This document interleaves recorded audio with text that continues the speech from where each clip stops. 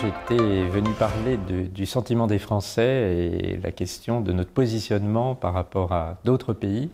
Et ma première réponse est de dire que se classer, c'est pas très bon pour la santé mentale. C'est ma première réponse. Ensuite, c'était de dire que quand on parle de santé mentale, il y a d'un côté le continent, le socle, souvent oublié, des troubles mentaux, la schizophrénie, les troubles bipolaires, qui est stable au travers de toutes les latitudes et toutes les longitudes. Et puis d'autres troubles qui sont plus variables selon différents éléments, différents facteurs déterminants, socioculturels, socio-économiques, ou l'urbanicité par exemple, dans les troubles anxieux, dans la dépression, ou bien selon les populations, chez les jeunes, chez les adolescents, chez les préadolescents. Donc nous sommes intéressés à ce qui peut déterminer ces troubles psychiques. Et puis, dans nos discussions, a émergé l'idée que finalement la question du lien social, elle est déterminante pour notre santé mentale.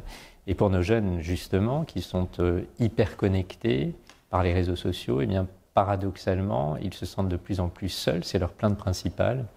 Ce qui signifie qu'on peut être hyper connecté, mais finalement avoir perdu ses liens sociaux.